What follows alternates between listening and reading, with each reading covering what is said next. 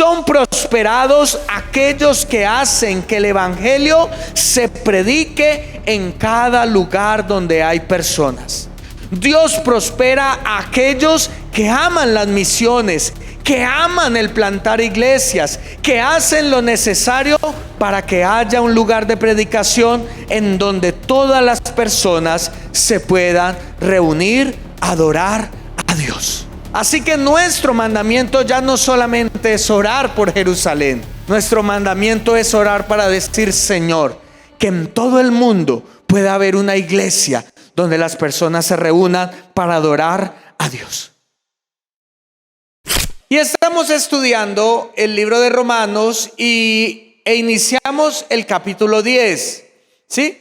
El capítulo 9, el capítulo 10 y el capítulo 11 son un paréntesis, no que vaya por fuera del tema que Pablo está exponiendo, sino que es un paréntesis porque el apóstol Pablo se toma el tiempo para ilustrar y para explicar qué sucede con el pueblo de Israel después de la venida de nuestro Señor Jesucristo. Por eso estos 3 capítulos en particular, el personaje central de las ilustraciones y de las explicaciones son el pueblo de Israel. Recuerde que desde el principio del libro de Romanos, desde el capítulo 11, cuando el apóstol Pablo inicia dando su introducción, dice: yo no me avergüenzo del evangelio porque es poder de Dios, primeramente para los judíos y después para los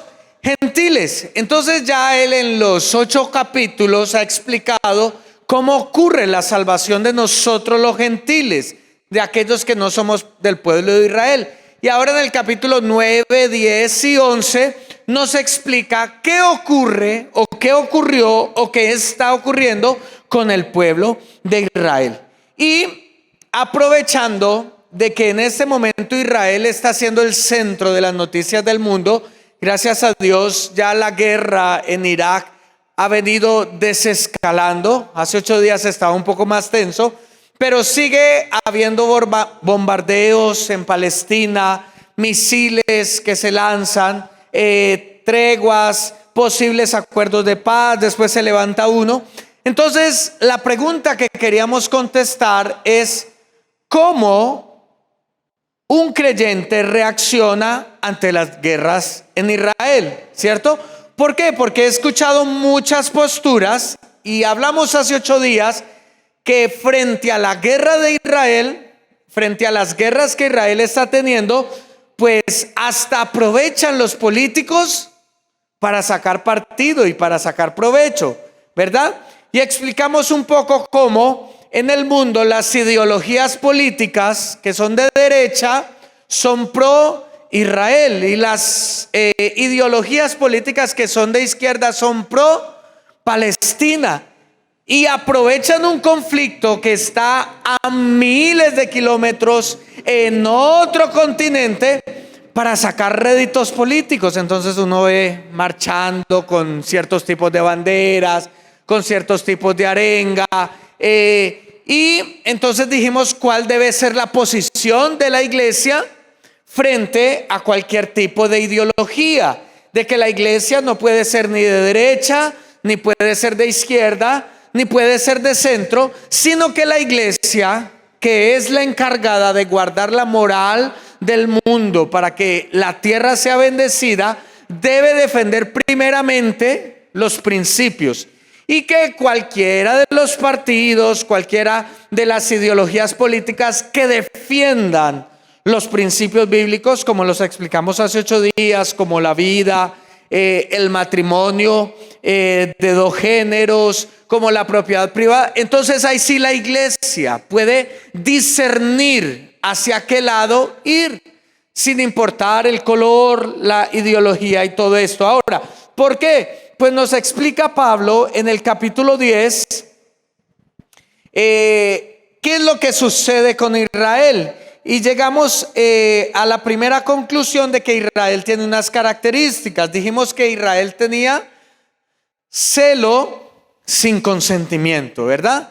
Ellos son muy celosos en guardar la ley de Dios, pero no tienen un conocimiento de por qué lo hace y de cómo nosotros como iglesia debemos librarnos de lo contrario, de tener conocimiento pero sin celo, ¿cierto?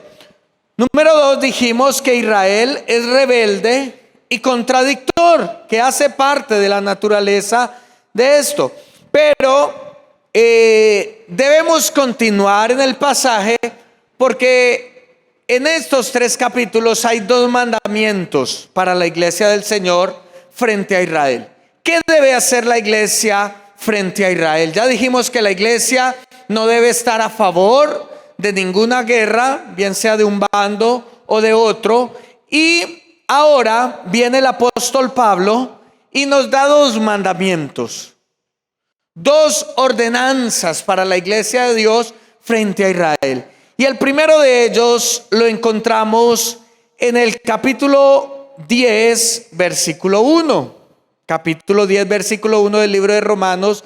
Lea conmigo y dice así: hermanos, ciertamente el anhelo de mi corazón y mi oración a Dios por Israel es por salvación.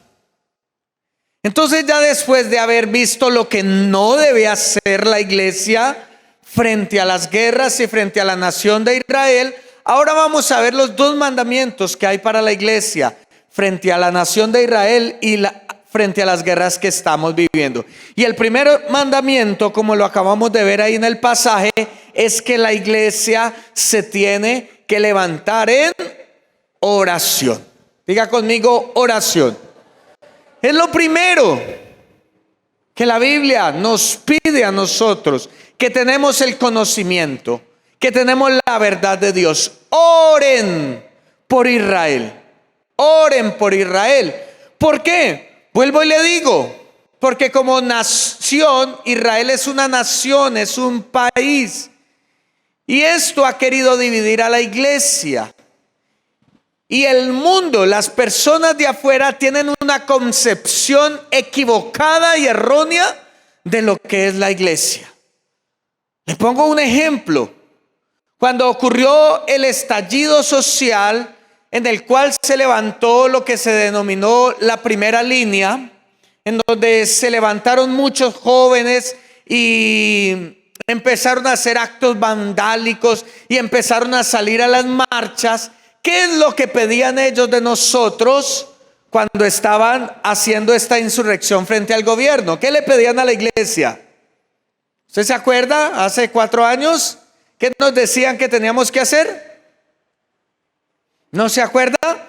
Que saliéramos a la calle a marchar, porque todo el país estaba marchando. Entonces ellos nos decían, la iglesia no puede ser así de tibia, tiene que meterse en el conflicto, tiene que salir a la calle. ¿Por qué? Porque afuera, para los inconversos, para los mundanos, el poder de la iglesia se iguala al poder que ellos tienen frente al mundo. Entonces ellos decían, si hay que hacer desórdenes, si hay que hacer desmanes, si hay que salir a las marchas, pues la iglesia salga a apoyar. Inclusive muchos decían, es que Jesús, ¿dónde era que estaba? En las calles. Entonces hay que salir a marchar. Pero cuando nosotros miramos la naturaleza de lo que es la iglesia de Dios, la institución, la esencia y el poder de la iglesia, es que es una iglesia que ora e intercede como arma espiritual. Nunca podemos hacer algo antes de estar en un tiempo de oración. Y frente a este conflicto internacional, la iglesia debe estar orando. Ahora la pregunta es, ¿cómo debe estar orando la iglesia? Y hay un mito que se ha levantado. ¿Cómo debe orar la iglesia por Israel? Y muchos usan el Salmo 122, versículo 16, para sacar una mala interpretación. Salmo 122, versículo 16. Y estoy seguro que usted quizá lo ha escuchado y lo ha leído, y hoy se lo quiero explicar para que usted entienda cómo debe orar por Israel y por el conflicto mundial que está surgiendo en el mundo. Salmo 122, versículo 6 dice así. Discúlpeme, no es 16, 6. ¿Está conmigo? Entonces dice: pedid por la paz de Jerusalén, sean prosperados los que te aman. ¿Cierto? Entonces, ¿cuántos han escuchado a una persona, a un pastor que dice: ore por Israel para que usted sea prosperado? A ver, ¿cuántos han escuchado esto? ¿Sí? Los demás no han escuchado nada, ¿verdad? Pero hay una tendencia que nos dice que si usted quiere ser prosperado económicamente, tiene que orar por la paz de Jerusalén, ¿cierto? Pero no entienden la exigencia del Salmo para llegar a esta conclusión. Por eso leámoslo detenidamente. Versículo 1, por favor. Dice así: yo me alegré con los que decían: a la casa de Jehová iremos.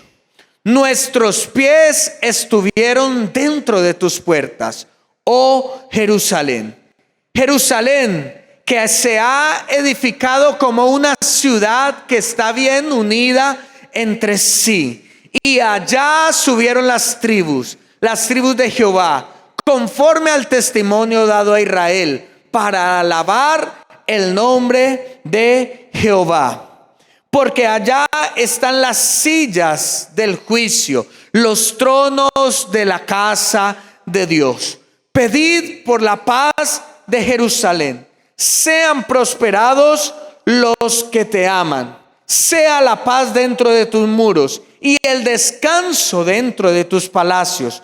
Por amor de mis hermanos y mis compañeros, diré yo: la paz sea contigo. Por amor a la casa de Jehová nuestro Dios, buscaré tu bien. Entonces, algunos solamente toman el versículo 5 que dice: ore por la paz de Jerusalén para que sean prosperados. Pero ¿cómo debe ser nuestra perspectiva? El versículo 1 inicia diciendo: yo me alegré con los que decían: a la casa de Jehová iremos. El salmista muestra una gran felicidad para aquellos que tienen el privilegio de ir a adorar al templo. Y por eso, por supuesto, las personas no podían ir a adorar al templo si Jerusalén estaba sitiada o estaba en guerra con los enemigos. Entonces, cuando Israel en el Antiguo Testamento tenía ejércitos alrededor, ¿usted cree que las personas podían ir a adorar al templo? Era totalmente inseguro. Es como nos pasó este fin de semana con el desfile. Si usted quedaba por el otro lado, ¿cómo hacía para cruzar acá? ¿Le tocaba qué? Dar toda la vuelta. Lo mismo sucedía en los tiempos del Antiguo Testamento.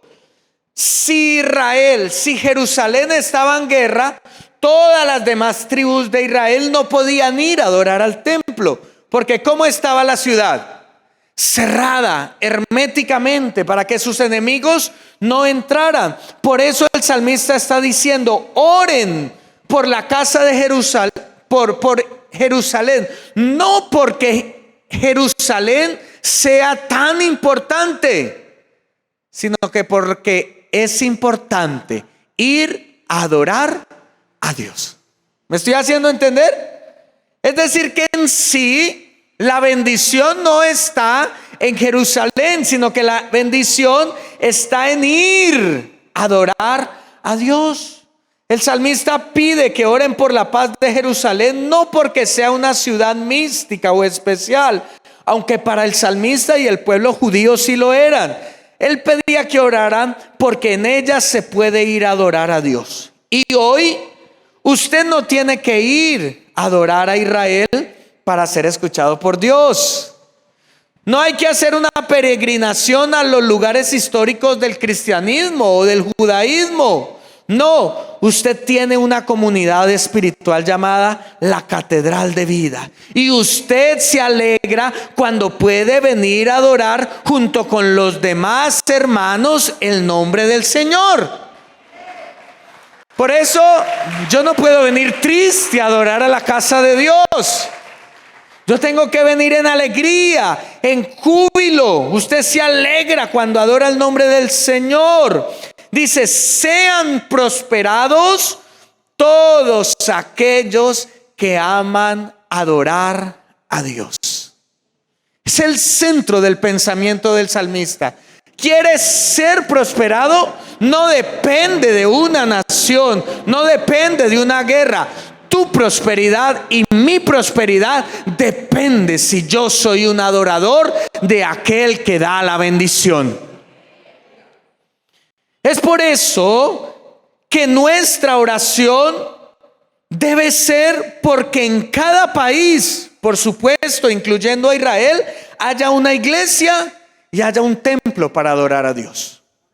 Nuestra oración es que en cada ciudad del departamento del Tolima, en cada vereda, haya un lugar donde las personas puedan ir con alegría a adorar al Señor. Son prosperados aquellos que hacen que el evangelio se predique en cada lugar donde hay personas. Dios prospera a aquellos que aman las misiones, que aman el plantar iglesias, que hacen lo necesario para que haya un lugar de predicación en donde todas las personas se puedan reunir a adorar a Dios. Así que nuestro mandamiento ya no solamente es orar por Jerusalén. Nuestro mandamiento es orar para decir, Señor, que en todo el mundo pueda haber una iglesia donde las personas se reúnan para adorar a Dios. Entonces, si no tengo que orar para que Israel tenga paz y yo sea prosperado, ¿cómo debe ser mi oración frente a Israel? Sencillo, hay que orar por la conversión de Israel. Hay que orar por la conversión de Israel. Mire lo que dice Ezequiel capítulo 18 versículo 21. Ezequiel capítulo 18 versículo 21. Mire el pensamiento de Dios. Mire lo que Dios piensa acerca de cómo debemos orar. Dice, mas el impío, si se apartare de todos sus pecados que hizo y guardare todos mis estatutos e hiciere según el derecho y la justicia, de cierto que, y no que, morirá. Luego sigue diciendo el versículo 22, todas las transgresiones que cometió no le serán recordadas. En su justicia que hizo, vivirá.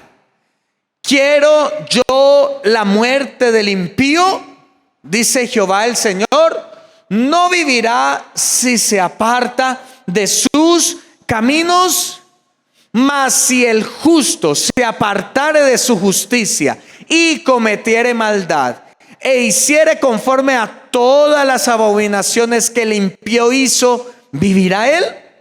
Ninguna de las justicias que hizo le serán tenidas en cuenta por su rebelión con que prevaricó y por el pecado que cometió. Por ello, ¿qué? Morirá. ¿Acaso quiere Dios que muera el impío, según lo que acabamos de leer? Le pregunto, amada iglesia, ¿quiere Dios que muera el impío?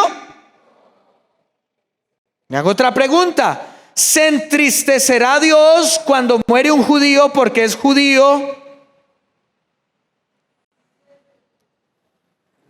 Es decir, cuando matan a un judío, ¿Dios se entristece porque él es judío? ¿O se entristece porque quizá ese judío no alcanzó la salvación? Ya nos vamos enfocando. Entonces, ¿se alegra Dios cuando muere un musulmán o un palestino o un colombiano, uno de la guerrilla o del ejército? No, Dios no quiere que las personas mueran de ninguna manera, porque el anhelo, el deseo de Dios siempre es que el impío se arrepienta y siendo justo, después de haberse arrepentido, mantenga su estado de justo y permanezca en su salvación. Esta siempre ha sido la voluntad de Dios, no solamente ahora en el tiempo del nuevo pacto, sino también en el tiempo del antiguo pacto.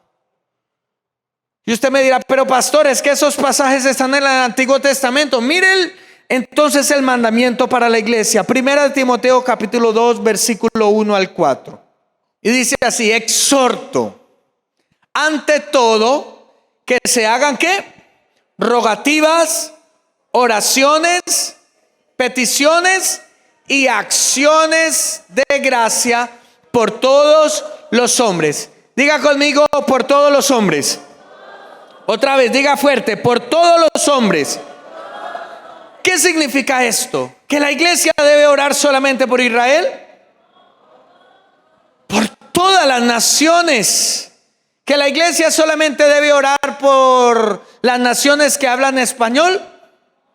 Debemos orar por todas las naciones, porque Dios quiere que todas las naciones sean salvas. Ahora mire lo que dice el versículo 2.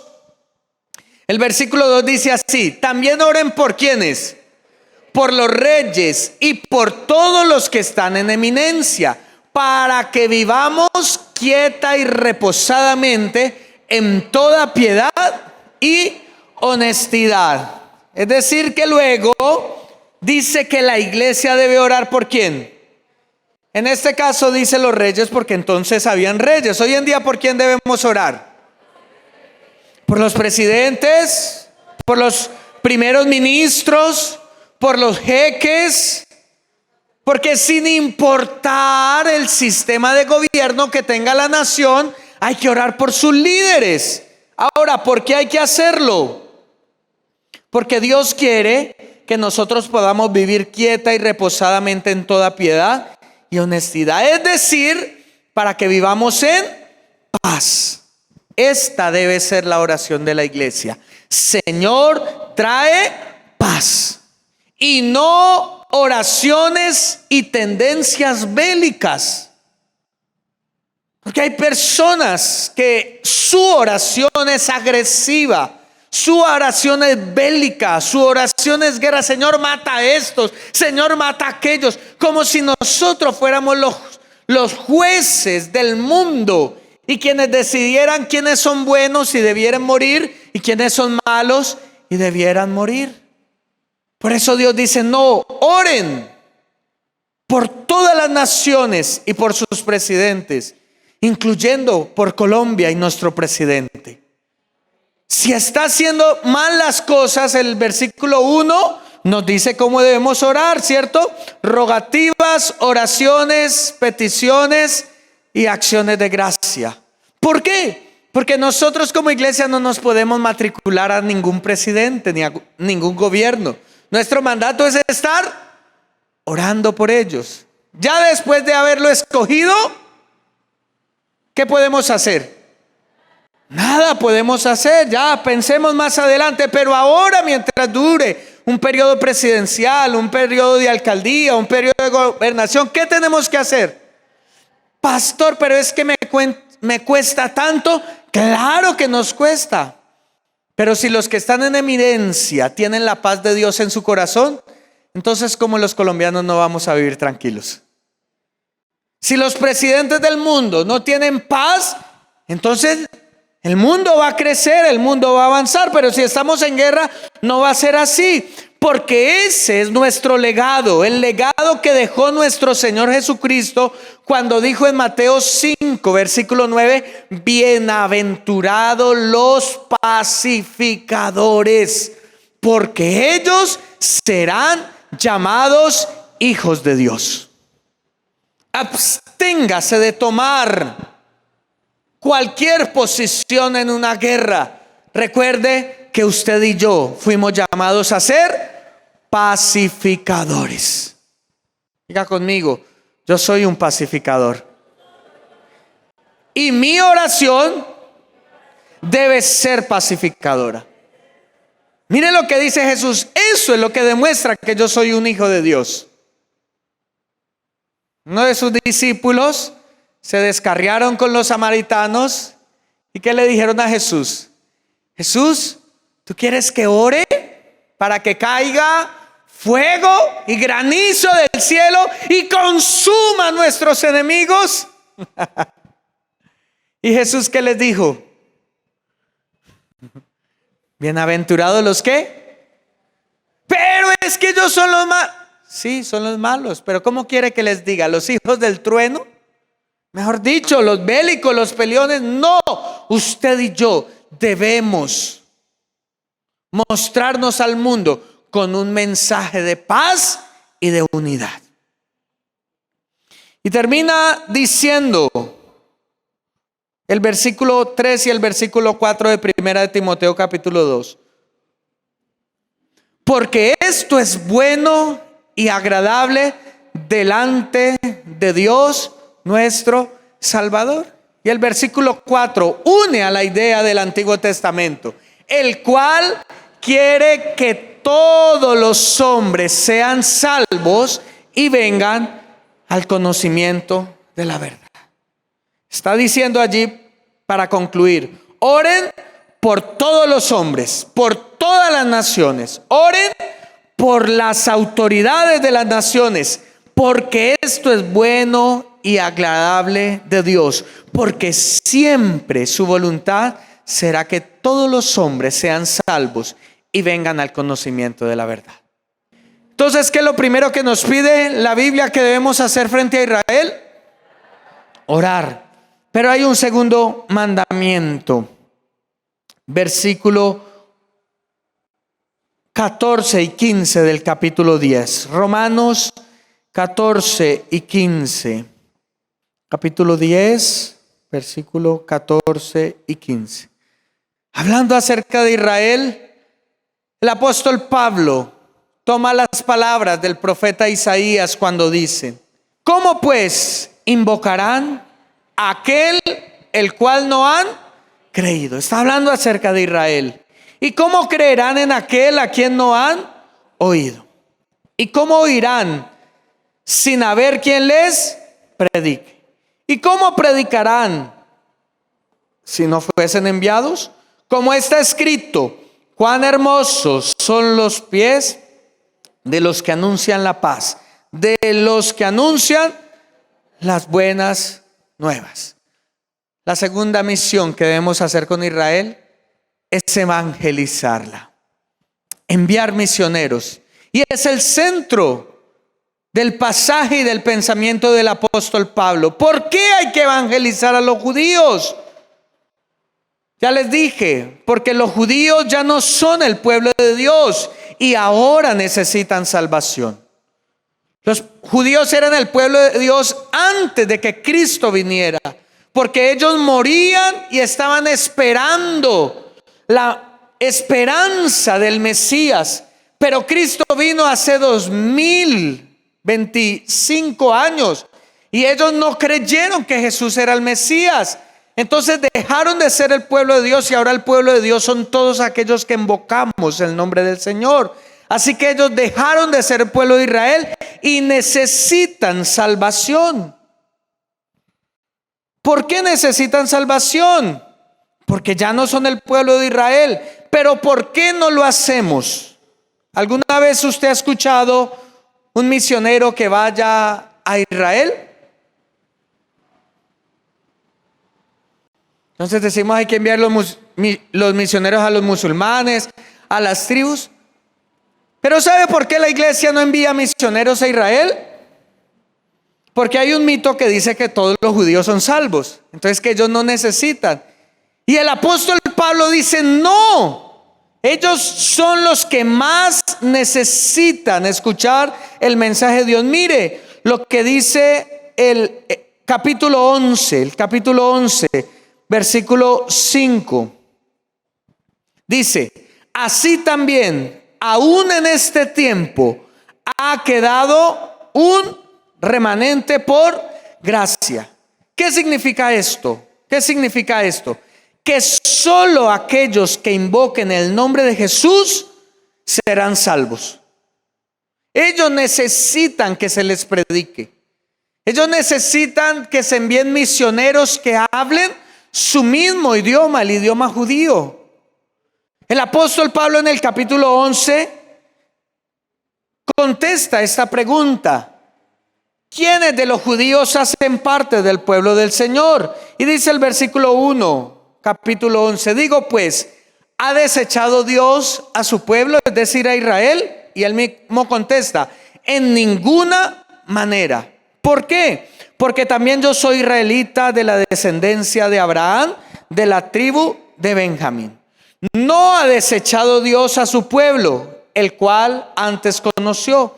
¿O no sabéis qué dice Elías la escritura? ¿Cómo invocó Dios contra Israel diciendo, Señor, a tus profetas han dado muerte y tus altares han derribado y solo yo he quedado y procuran matarme?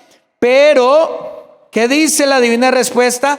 Me he reservado 7,000 hombres que no han doblado rodilla delante de Baal. ¿Qué significa? Que dentro de Israel hay un remanente. ¿Qué es un remanente? Un grupo pequeño que ha invocado el nombre del Señor. Ellos son salvos. Ellos son el pueblo de Dios. No por el hecho de ser judíos, porque eso fue lo que dijo Elías. ¿Se acuerda? La esposa del rey lo iba a matar y se puso a llorar y dijo, ay, solamente he quedado yo. ¿Y qué le dijo Dios? Entonces el apóstol Pablo está diciendo, Señor, yo entiendo que yo, que soy judío, ahora hago parte del ¿qué? Remanente. Porque he creído en Jesucristo. Y sé que hay muchos otros que lo hacen. Por eso quiero terminar esta predicación, para que usted lea conmigo Romanos capítulo 10. Romanos capítulo 10, versículo 13. Romanos capítulo 10, versículo 13. Dice, porque todo aquel que invocare el nombre del Señor será salvo. Diga conmigo, léalo fuerte. 1, 2 y 3.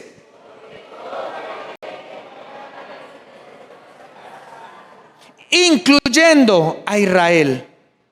Por eso el apóstol Pablo dice, nos está haciendo un llamado a nosotros. ¿Cómo oirá Israel el mensaje si no hay quien predique? ¿Y cómo predicarán si no hay quien los que envíe?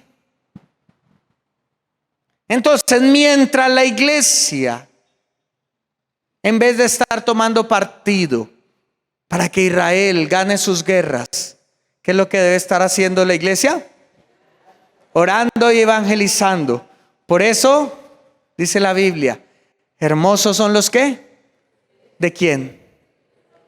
Y no solamente de los que van, sino de aquellos que mandan a los misioneros. Me quito